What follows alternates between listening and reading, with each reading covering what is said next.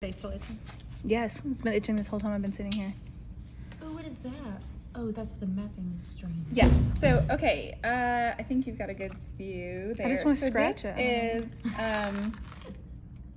mapping string that I used for microblading.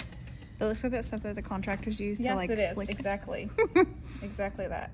So it's inked string. So right here, this is going to give us a kind of an end point for her brows. On your nose now. And then like right here, this is the beginning, not the outside of the nose, but here at the rounded part. So then we are going to make a little mark. And same thing here. So also like a lot of times you can get more involved or you can like measure. You could do like the inside of the forehead, but so a lot of times you can get it to come and just create. So this would be the beginning there, and then you would come out here with her arch. So if you open your eye and look forward, just natural, like look up here at this light. Look right here. There you go. So she has bigger brows. Her arch is definitely not going to be there. It's going to be a little bit over. So with that rule of thumb, it's relative. Don't go giving her enough. She has these great brows, you know, like if you look and you're like, oh, I mean, this is so that's still, so we're just going to kind of take it out. Yeah, you're good. You can close. Sorry, my eyelashes are in the way. We're going to take it out to here. And then we're going to connect our lines. These are about to be the Here. most even brows. Oh, yes, they are. Very symmetrical. So Are they pretty uneven right now? No, not really. Just fully thinking, yes. They are. Oh, You've got a no, lot. They're not. They're not. They're just you do have a lot of great brows. So so with hers, so I would push hers down. I really should have put oil on, but I usually map without any oil. But so that's kind of the points that you would use. And you can also use a stick or show them with a stick. So if you're like, hey, you've gone over too far on the side, you're gonna hand them a mirror and show them this is your ideal. Or you've hollowed out too much right here. Don't touch anything between here and this arch, high arch, or your ends are too short. This is where you want your ends, you know, your last one to touch right there. So you can show them, you know, with a stick and kind of visualize your outlines, you know, showing them with a mirror and with the stick. So this is a little warm for sure. So I'm gonna add some wax chunks to that. I had to see it. Did you see the line on your nose? Mm-hmm. The bottom of it.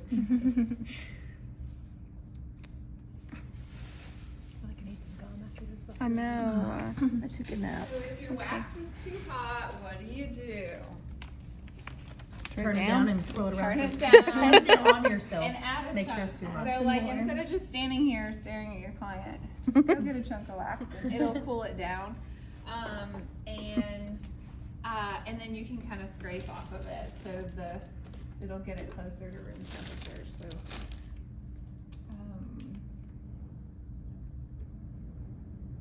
Is that the wind? the truck. Oh, I was like, oh my god. I'm gonna put a little bit of oil on the back of my hand. Don't need much. And then this is gonna take our marks off, but it doesn't really matter because we're gonna wipe them off anyway. For microblading, usually like I'll do that outline and then I'll do like a skeleton pass, and then once you wipe that off, it's off. Like it's really hard. I mean, there are these wax pencils and some people use like surgical markers, but you really, basically you create like an outline with your strokes. But the nice thing about the string is like one little piece of string, like you can remark it every single time, where like otherwise you would have to get you know, it'd be like a one-use pencil. So like once you open up the skin, you can't like use the pencil on somebody and then use it ever again. Like, so what I'm talking about with the edges is I am pushing the edge of the wax to the ideal starting point of her brows.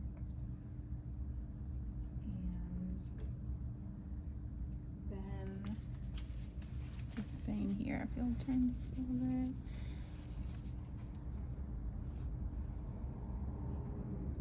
So we're gonna keep, just gonna press those. A little bit more wax.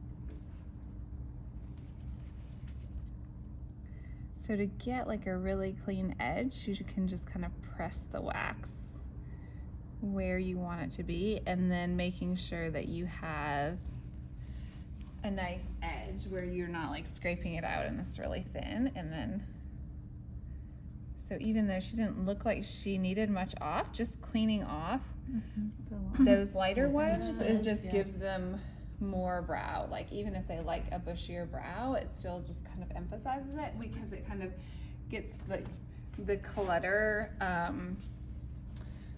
off from there, so that they just have more definition. So, and then here,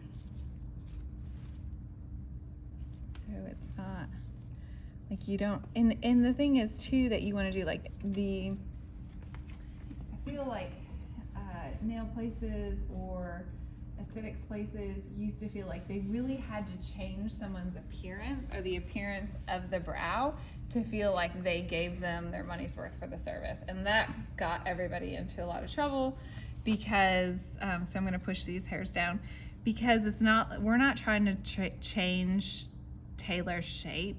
We're trying to like enhance it and clean it up with our wax. So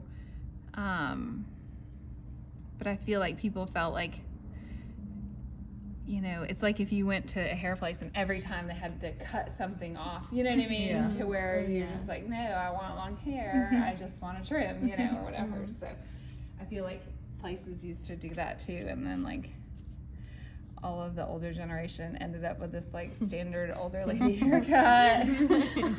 Like The perms. So we're just cleaning up hers. And then, do you have any cotton rounds? Can someone grab? Oh, I've got one right here. But if you could bring some over, that would be great.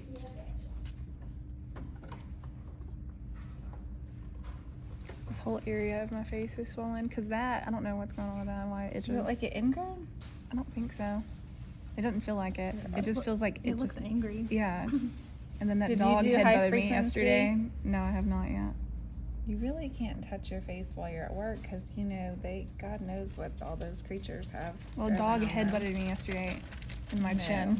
Like, I mean, it hurt. So right here, so you can see like just cleaning hers up, and then I'm gonna grab my tweezers and kind of go over. You can always tweeze. We're probably not gonna trim because like I used to always trim, but now with the bushier looking brows, most people want to be able to like brush them up. Oh my god. Is that your wax? No, I just restocked my cotton rounds in my little thingy over here, and I've got cotton rounds, It's not your Q-tips, wax sponges. At least it wasn't your wax. Yeah, it could be worse. Yeah. But all this stuff Oh, is yeah. trash. It's That so wax sad. is still on though, so we can do Emily's. Yeah, we need to do it with that pink wax. Yeah. That pink wax was good. That's why. So these high definition brow gels are like amazing. Oh, hey, so I found your brow stuff. Oh, you did? Good. Yeah. It's over here in this So with hers, we've got two going on. How am I gonna get in here? I'm gonna have you tilt. No, you're fine. So here we're just gonna come back with our tweezers. And one thing that you can do is like with this hair, if you're not sure, you can pull it away and be like, does it look better with or without it? I think it looks better with it. So you can leave it. And then we're just So even someone with fuller brows can sometimes utilize a brow serum because it's going to give them thicker ones. So like she would be a good candidate for microblading because she has some gaps in there. Would I really? So like you can really see her skin. So like henna, see how like down there's like, she definitely has some sparse Why are there areas. gaps? Is it just the way it is, or what? I don't know. I don't know what your brows. She I says, don't know "I what don't you've know." done to your brows in their life. Well, that's true. So this brow gel is awesome because it coats. So like, we're gonna have to put that off at the beginning, but it coats them, and it also like gives them like a little bit of stiffness. So if you have a client who's like really wants that brow laminated look, then the brow gel can really add to that. I'll wipe it off in the beginning, and then it's still, I'm like trying to give her a little sharper. So just cleaning. I mean, I know this one's covered with whatever the ink, but it's just gonna give her a nicer shape. So we could trim a little bit, but I think that with her rounder face, we're going to leave it at that, and not trim. So Jen, would you like to do the other side? Sure. So remember, we've already done the middle, so we're good, but you might want to come around here I don't know if you probably can't, but come around and create that edge, like by pushing the wax up, and then here too on the top, but you want to push those hairs Push those down. down. Yeah, and this one stops a little bit short, so definitely don't take any off of The ends there. end points, yes. And I'm going to grab everything for the yarn foundation.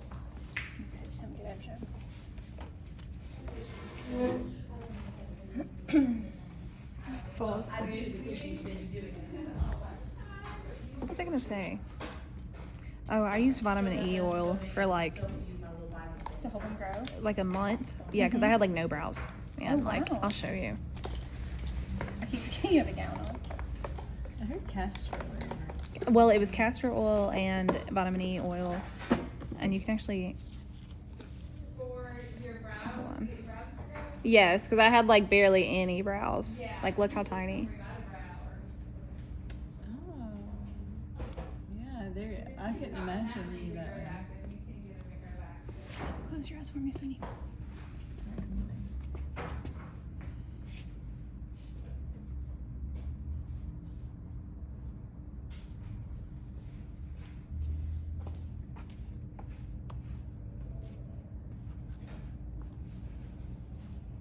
Ooh, good job.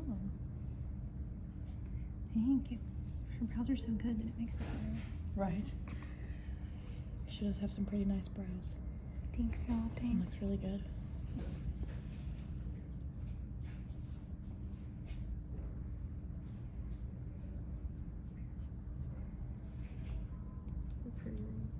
Thank you.